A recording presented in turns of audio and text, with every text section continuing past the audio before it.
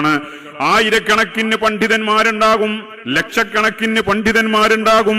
പക്ഷേ ചരിത്രത്തിന്റെ നാൾ വഴികളിൽ ഓർക്കപ്പെടുന്ന പണ്ഡിതൻ, അറിയപ്പെടുന്ന പണ്ഡിതൻ, പറയപ്പെടുന്ന പണ്ഡിതൻ ഒന്നോ രണ്ടോ ആളുകളെ ഉണ്ടാകൂ. എന്തുകൊണ്ടാണ്? അവരാണ് ആ ഉമ്മത്തിന്റെ അച്ചുതണ്ട്, ആ നൂറ്റാണ്ടിന്റെ അച്ചുതണ്ട്. ആ പണ്ഡിതന്മാരാണ് കേരളത്തിലുള്ള മുസ്ലിം ഉമ്മത്തിന്.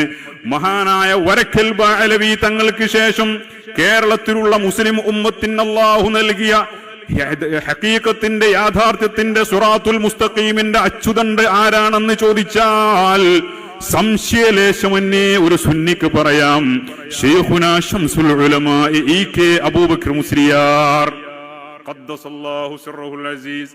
ആലങ്കാരികമായി വെറുതെ മഹത്വവൽക്കരിച്ച് പറയുന്നതല്ല.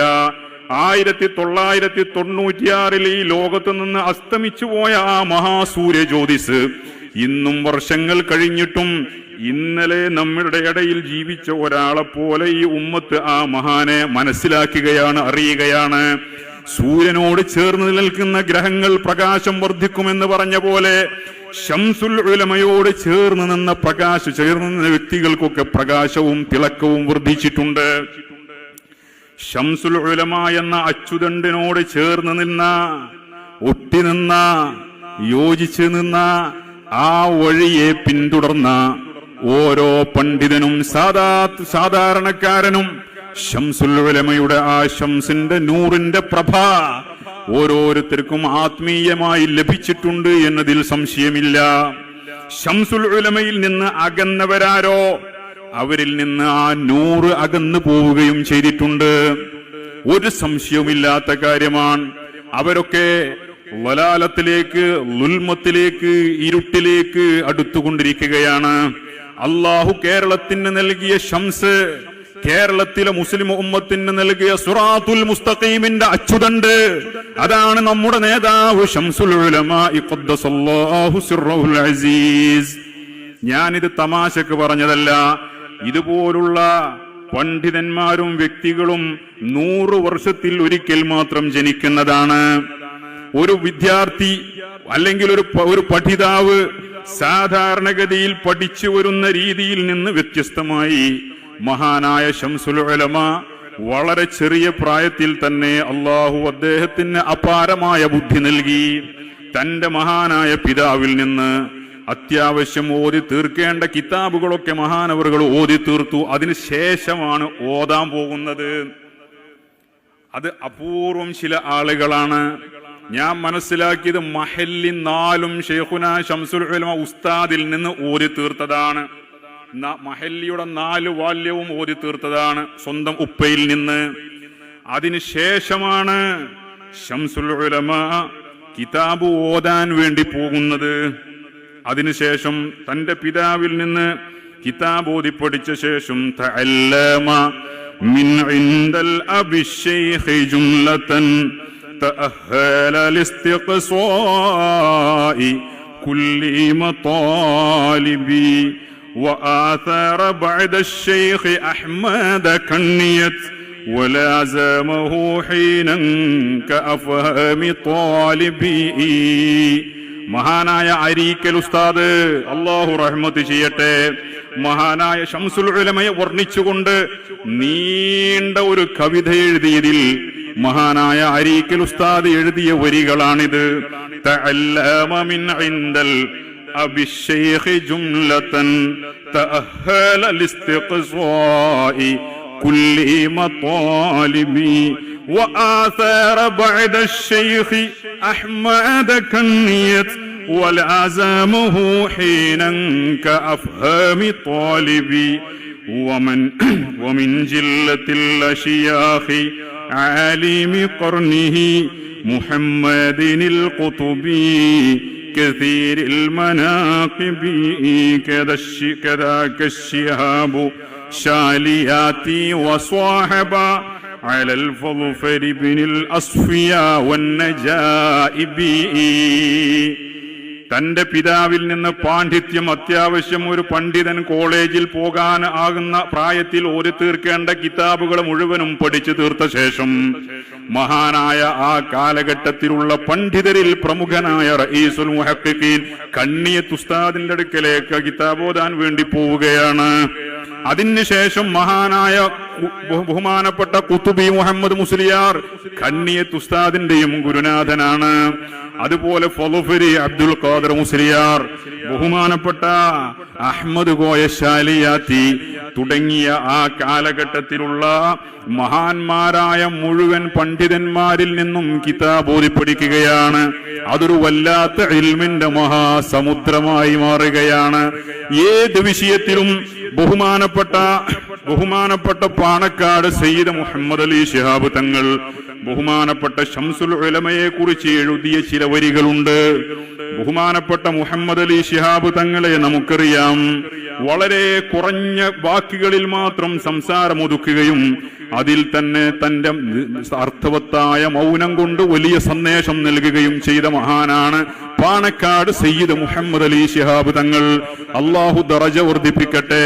മുഹമ്മദ് അലി ശിഹാബ് തങ്ങൾ ശംസുൽ ഉലമയെ കുറിച്ച് എഴുതിയത് ഒരു വലിയ മഹാപണ്ഡിതനാണ് എന്നാണ്. മുഹമ്മദ് അലി ശിഹാബ് തങ്ങൾ വലിയ ആലിമാണ്, സയ്യിദാണ്, നിരവധി ത്വരീഖത്തുകൾ കൊണ്ട് നടന്ന മഹാനാണ്. ശംസുൽ ഉലമയെ കുറിച്ച് മഹാനവർകൾ പറഞ്ഞ ഏറ്റവും പ്രധാനപ്പെട്ട ഒരു കാര്യമാണ് ശംസുൽ ഉലമ വലിയൊരു പണ്ഡിതനാണ്. എല്ലാ മതഗ്രന്ഥങ്ങളിലും അവഗാഹം നേടിയ പണ്ഡിതൻ മുഹമ്മദ് അലി ശിഹാബ് തങ്ങളുടെ വാക്കുകളാണിത്.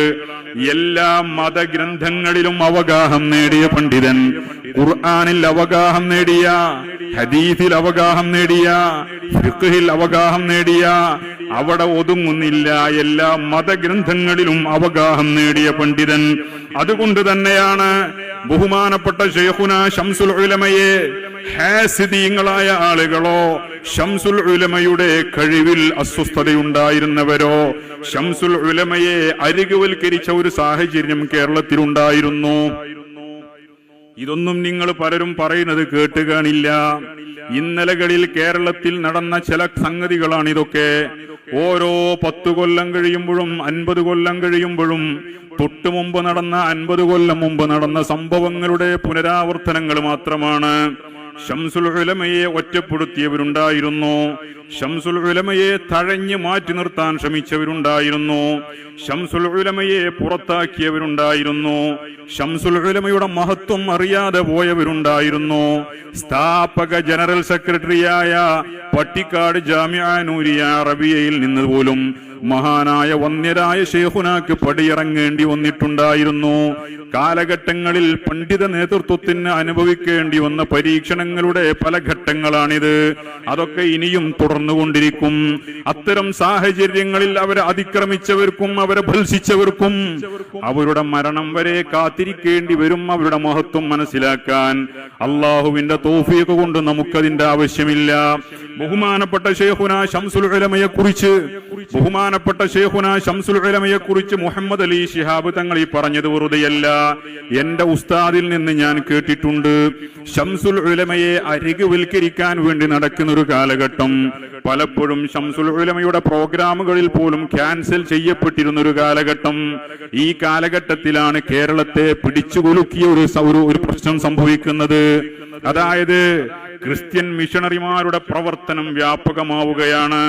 ക്രിസ്ത്യൻ മിഷണറിമാർ കേരളത്തിന്റെ അങ്ങോളം ഇങ്ങോളമുള്ള ആളുകളെ ക്രിസ്ത്യാനിറ്റിയിലേക്ക് ആകർഷിക്കാൻ വേണ്ടി പല രീതിയിലുള്ള പ്രവർത്തനങ്ങളും നടത്തിക്കൊണ്ടിരിക്കുന്ന കാലം. ആ കാലഘട്ടത്തിൽ അതിനെ പ്രതിരോധിക്കാൻ കേരളത്തിലുള്ള എല്ലാ മതവിഭാഗത്തിൽപ്പെട്ട ആളുകളും ഗാഢമായി ചിന്തിച്ചു, അഭിപ്രായമാരാഞ്ഞു, മീറ്റിങ്ങുകൾ കൂടി, യോഗങ്ങൾ കൂടി, ചർച്ചകൾ നടത്തി. പക്ഷേ ക്രിസ്ത്യാനിറ്റിയെ നേരിടാൻ ആരാണ് മുന്നോട്ട് വരിക എന്ന ചോദ്യത്തിന് അരികവൽക്കരിക്കാൻ വേണ്ടി അവർ ആഗ്രഹിച്ചിരുന്ന, സമസ്തയുടെ നേതൃത്വത്തിൽ നിന്ന് മായ്ച്ചു കളയാൻ പലരും ആഗ്രഹിച്ചിരുന്ന ശൈഖുന ശംസുൽ ഉലമയിലേക്ക് അവരുടെ കണ്ണുകളെത്തുകയാണ്.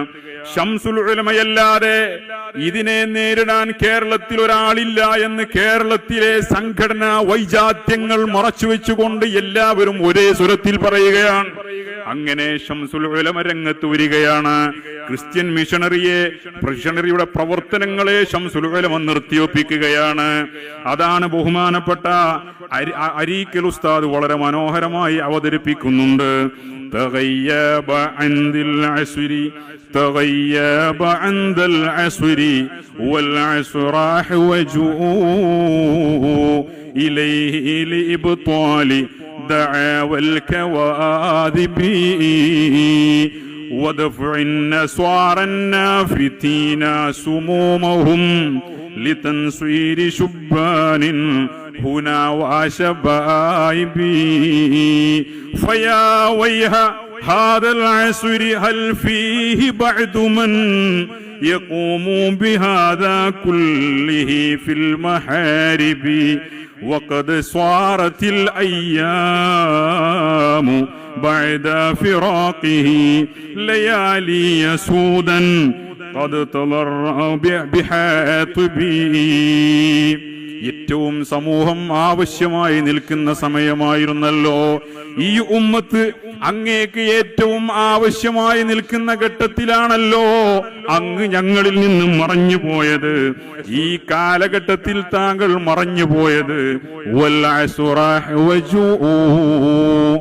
ഈ കാലഘട്ടം അങ്ങേക്ക് വേണ്ടി ഏറ്റവും ആവശ്യക്കാരനായിരുന്നപ്പോഴല്ലേ ഞങ്ങൾക്ക് അങ്ങയിലേക്ക് ഞങ്ങൾ ഏറ്റവും കൂടുതൽ ആവശ്യക്കാരായപ്പോഴാണല്ലോ അങ്ങ് ഞങ്ങളിൽ നിന്ന് മറഞ്ഞു പോയത്.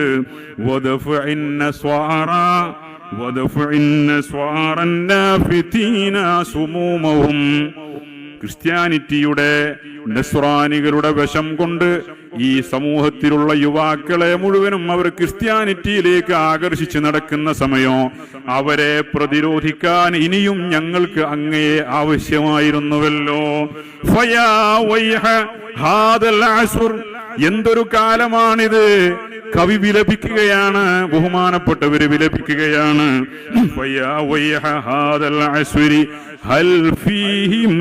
هل فيه بعد من يقوم بهذا كله في المحارب.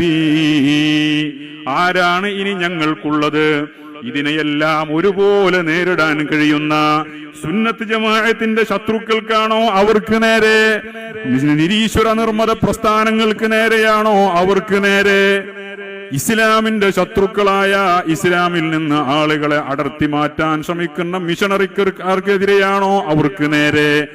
ആർക്കെതിരെയും പ്രതിരോധം സൃഷ്ടിക്കാൻ, ആർക്കെതിരെയും നേരിടാൻ ഞങ്ങൾക്കുണ്ടായിരുന്ന ധൈര്യം അവിടെ നിന്നല്ലായിരുന്നോ? അത് നഷ്ടപ്പെട്ടു പോയല്ലോ. ആരാണ് അങ്ങേക്ക് ശേഷം ഇനി ആരാണ് ഇത്തരം സ്ഥാനങ്ങളൊക്കെ വഹിക്കാൻ യോഗ്യനായിട്ടുള്ളത്? വഖദ് സ്വാറത്തിൽ അയ്യാമു ബഅദ ഫിറാഖിഹി. ആ മഹാമനീഷിയുടെ വേർപാടിന് ശേഷം ഓരോ ദിവസവും ആയതെങ്ങനെയാ? ലയാലിയ സൂദൻ ഖദ് തളറഅ ബിഹാതിബി. ഇരുൾമുറ്റിയ രാവുകളല്ലയോ, ഇരുൾമുറ്റിയ പകലുകളല്ലയോ? മുന്നിലേക്ക് നോക്കുമ്പോൾ കൂരിരുൾ മാത്രമല്ലയോ? ശംസുൽ ഉലമാ ഇല്ലാത്ത ദിനരാത്രങ്ങൾ എന്ന് മഹാനവറുകൾ വിലപിക്കുകയാണ്. ഇത് അന്വർത്ഥമാക്കിയത്, ഇതൊരു യാഥാർത്ഥ്യത്തെ അന്വർത്ഥമാക്കിയതാണ്. ബഹുമാനപ്പെട്ട ശൈഖുനാ ശംസുൽ ഉലമ അങ്ങനെയായിരുന്നു. ഏത് വിഷയത്തിലും പണ്ഡിതന്മാർക്ക് ധൈര്യം ശംസുൽ ഉലമയാണ്. ഫത്വ വേണോ? ശംസുൽ ഉലമയാണ് അഭയം. എന്തിനധികം കേരളത്തിൽ ഒരു ത്വരീഖത്തും ആയി ഒരാൾ കടന്നു വന്നാൽ, വിലായത്ത് വാദിച്ചൊരാൾ കടന്നു വന്നാൽ അയാൾ വലിയാണോ അല്ലേ? അത് ശംസുൽ ഉലമ തീരുമാനിച്ചാൽ പിന്നെ അവിടെ രണ്ടാമതൊരു ചോദ്യം ഉണ്ടായിരുന്നില്ല. അയാൾ വലിയാണ് എന്ന് ശംസുൽ ഉലമ പ്രഖ്യാപിച്ചാൽ അയാൾ വലിയ തന്നെയാ. അയാൾ വലിയല്ല, അവൻ കള്ളനാണെന്ന് ശംസുൽ ഉലമ പ്രഖ്യാപിച്ചാൽ കേരളത്തിലുള്ള ഒരു ജനതയും പിന്നെ ആ വഴിക്ക് പോകാറില്ല.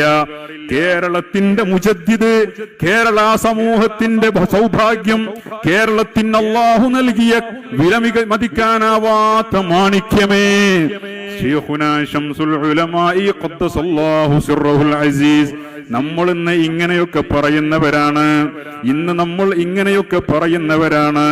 ഇനി വളരെ കുറഞ്ഞ സമയം ഇടുങ്ങിയ സമയത്താണ് ഞാൻ പ്രഭാഷണത്തിന് വേണ്ടി എഴുന്നേറ്റ് നിന്നത്. ഞാൻ എന്റെ വാക്കുകൾ വളരെ ചുരുക്കി അവതരിപ്പിക്കാൻ പരമാവധി ശ്രമിക്കാം. ഇനി ഞാൻ പറയുന്നത് മഹാനായ ശൈഖുനാ ശംസുൽ ഉലമയുടെ ധാരാളം കറാമത്തുകൾ നമ്മൾ കേൾക്കാറുണ്ട്, നിരവധി കറാമത്തുകൾ നമ്മൾ കേൾക്കാറുണ്ട്. ശംസുൽ ഉലമയുടെ ജീവിതത്തിൽ ശൈഖുനായുടെ കറാമത്തുകൾ അനുഭവിച്ച ശിഷ്യഗണങ്ങളിൽ നിന്ന് ശംസുൽ ഉലമയുടെ ധാരാളം കറാമത്തുകൾ നമ്മൾ കേൾക്കാറുണ്ട്. ഈ ശംസുൽ ഉലമ ഇന്ന് നമ്മൾ അനുസ്മരിക്കുന്ന ശൈഖുന, ഇന്ന് നമ്മൾ കവിതകൾ എഴുതുന്ന ശൈഖുന, ഇന്ന് നമ്മൾ മഹത്വങ്ങൾ വാനോളം പാടി പുകഴ്ത്തുന്ന ശൈഖുനായുടെ പേരിൽ നിന്ന് നമ്മൾ സംഗമങ്ങൾ സംഘടിപ്പിക്കുകയാണ്. ശൈഖുനായുടെ പേരിൽ കടലും കര കടന്ന് കേരളത്തിന്റെ അതിർത്തിക്കപ്പുറത്ത്, രാജ്യാതിർത്തികൾക്കപ്പുറത്ത് പോലും ആ ശൈഖിന്റെ പേരിൽ, ആ സൂര്യജ്യോതിസിന്റെ പേരിൽ മുഅ്മിനീങ്ങൾ ഒരുമിച്ച് കൂടുകയാണ്. പക്ഷേ ഇനി എന്റെ പ്രിയപ്പെട്ട മുഅ്മിനീങ്ങൾ ശ്രദ്ധിക്കണം, ഇതേ ശംസുൽ ഉലമയും ജീവിതകാലത്ത് ധാരാളം വിമർശിക്കപ്പെട്ട വ്യക്തിയായിരുന്നു. അത് അമ്പിയാക്കളുടെ മാതൃകയാണ്. മനുഷ്യനൊരു സ്വഭാവമുണ്ട്, തൊട്ടുമുമ്പിൽ കത്തിജ്വലിച്ചു നിൽക്കുന്ന പ്രകാശദീപത്തിന്റെ പ്രഭയെ മനുഷ്യൻ മനസ്സിലാക്കാറില്ല. തൊട്ടുമുമ്പിൽ അവന് വെളിച്ചം നൽകിക്കൊണ്ട് കത്തിജ്വലിച്ചു നിൽക്കുന്ന പ്രകാശദീപത്തിന്റെ പ്രഭയുടെ മഹാത്മ്യം മനുഷ്യൻ അത് തിരിച്ചറിയാറില്ല. അത് അസ്തമിച്ചു കഴിഞ്ഞ ശേഷമാണ് മനുഷ്യൻ അതിനെക്കുറിച്ച് ബോധവാന്മാരാവുക. അപ്പോഴേക്ക് അവർ അത് നഷ്ടപ്പെട്ടു പോയിട്ടുണ്ടാകും. ശൈഖുനാ ശംസുൽ ഉലമ ജീവിച്ചിരിക്കുന്ന കാലത്ത് നിരവധി വിമർശനങ്ങൾക്ക് വിധേയനായ വ്യക്തിയാണ്. വിമർശനങ്ങൾ എന്ന് പറയുമ്പോൾ അത് ഉള്ള വിമർശനങ്ങളായിരുന്നു എന്ന് നിങ്ങൾ വിചാരിക്കരുത്. ഹബീബായ അഷ്റഫുൽ ഖൽഖ് മുഹമ്മദ് മുസ്തഫ സ്വല്ലല്ലാഹു അലൈഹി വസല്ലമ തങ്ങൾ ജീവിച്ചിരിക്കുന്ന കാലഘട്ടത്തിൽ സയ്യിദുനാ റസൂലുള്ളാഹി തങ്ങളുടെ തൊട്ട അയൽവാസിയായ അബൂജഹലിന് റസൂലുള്ളാഹി തങ്ങളുടെ നൂറ് കണ്ടെത്താൻ കഴിഞ്ഞില്ല. തങ്ങളുടെ യളാപ്പയായ അബൂലഹബിന് സ്വന്തം ജ്യേഷ്ഠന്റെ മകന്റെ ഹൃദയത്തിലുള്ള ആ മകനിലുള്ള നുബൂവത്തിന്റെ നൂറിനെ തിരിച്ചറിയാൻ സ്വന്തം യളാപ്പാക്ക് സാധിച്ചില്ല. എന്നാൽ അതേ പ്രവാചകന്റെ പേരിൽ യമൻ എന്ന നാട്ടിൽ ഉവൈസുൽ ഖറനി എന്ന് പറയുന്ന ഒരു മനുഷ്യൻ ഹബീബായ നബി സല്ലല്ലാഹു അലൈഹി വസല്ലമ തങ്ങൾക്ക് ഉഹദിന്റെ രണഭൂമിയിൽ അവിടുത്തെ മുൻപിൽ നിന്ന് പൊട്ടൽ സംഭവിച്ചു എന്ന് കേട്ടപ്പോ എന്റെ മുത്തുനബിയുടെ വായിലുള്ള പല്ല് പൊട്ടിയിരിക്കെ ഉവൈസിന്റെ വായിൽ പല്ല് വേണ്ട, കല്ലെടുത്ത് തന്റെ വായിലെ പല്ല് മുഴുവൻ കുത്തി പൊഴിച്ചു കളയുകയാണ്. അടുത്തു നിൽക്കുന്നവർക്ക് ആ നൂറ് കാണാൻ കഴിഞ്ഞില്ല.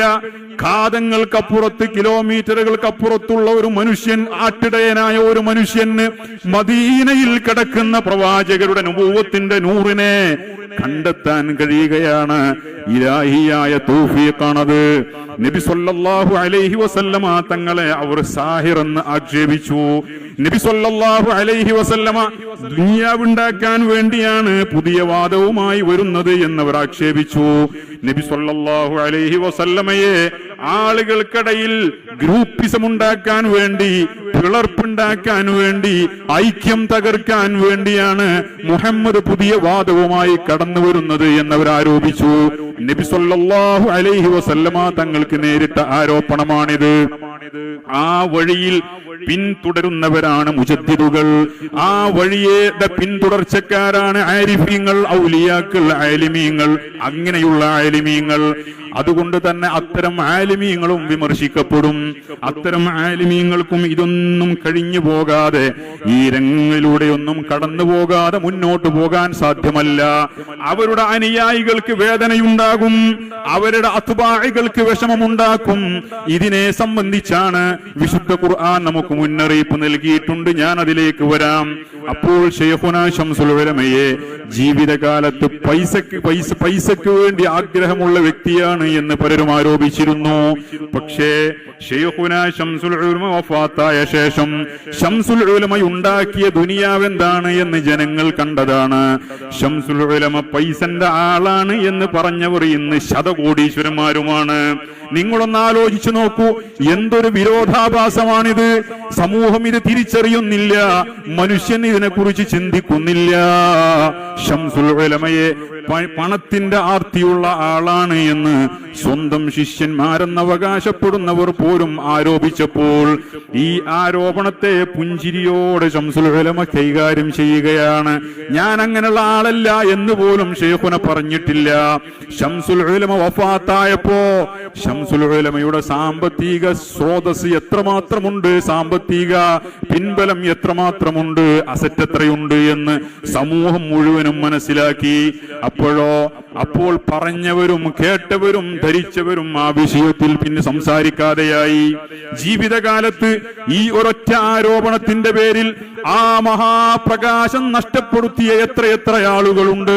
ശംസുൽ ഉലമയെ തെറ്റിദ്ധരിച്ചതിന്റെ പേരിൽ ആ സൂര്യജ്യോതിസിലേക്ക് അടുക്കാതെ മാറി നിന്ന് പോയ എത്രയെത്ര ഹതഭാഗ്യരുണ്ട്. ഓരോ കാലഘട്ടത്തിലും ഇത് സംഭവിക്കും. ശംസുൽ ഉലമ സുന്നത്ത് ജമാഅത്ത് ശംസുൽ ഉലമ വെള്ളം ചേർത്തു എന്ന് ആരോപിച്ചവരുണ്ട്. ശംസുൽ ഉലമയിൽ സുന്നത്ത് ജമാഅത്തിൽ വെള്ളം ചേർത്തു എന്ന് ആരോപിച്ച ആളുകൾ ഇന്നവരുടെ സുന്നത്ത് ജമാഅത്തിന്റെ ഗൗരവത്തെ കുറിച്ച് സ്വന്തം ശിഷ്യന്മാര് തെരുവുകളിൽ വിചാരണ ചെയ്തുകൊണ്ടിരിക്കുകയാണ്.